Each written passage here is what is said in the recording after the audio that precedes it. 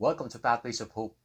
My name is Alvin Fabella, and I am blessed to share with you the gospel for today, which is taken from John 15:26 up to John 16, verse 4.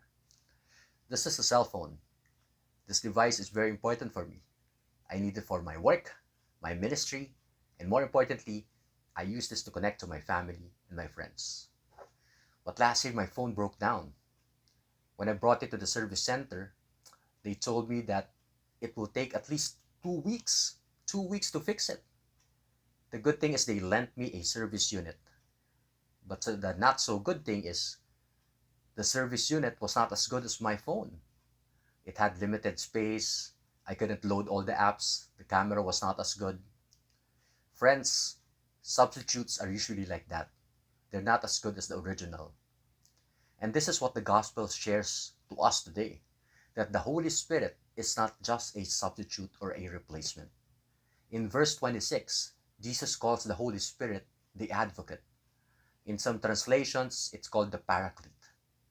An advocate is like a lawyer, someone who stands with you, who stands by with you, who supports you, who counsels you, who gives you advice, who travels with you along the way. The Holy Spirit is not a substitute who will be with you temporarily only. The Holy Spirit will be with you in your faith journey until you reach the end goal, which is to live with Jesus Christ in His heavenly kingdom. The second point is this. Jesus says that He will send the Holy Spirit through God the Father. Jesus reveals to us the Holy Trinity. Jesus is telling us that the Holy Spirit is God. The Holy Spirit is not 1/3 God. The Holy Spirit is not 99.99% God. The Holy Spirit is 100% God. The Holy Spirit is not a substitute which has the same characteristics only as Jesus Christ. The Holy Spirit is God Himself. And the third point is this. Jesus calls the Holy Spirit the Spirit of Truth. You know, when Jesus was preaching to the crowd, to the apostles were confused.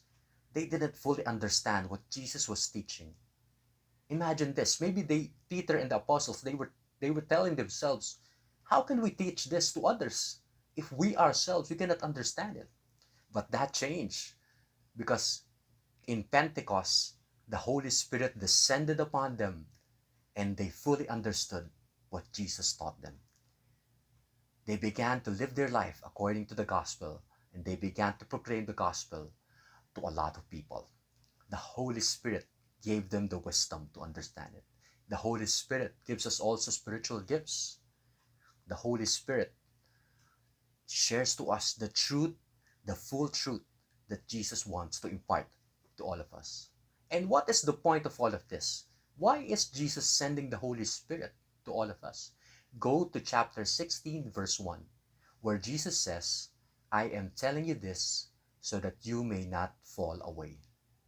Jesus was telling the apostles, you will face persecution, you will face difficulty, you will face trials, you will face suffering. It may even cost your life.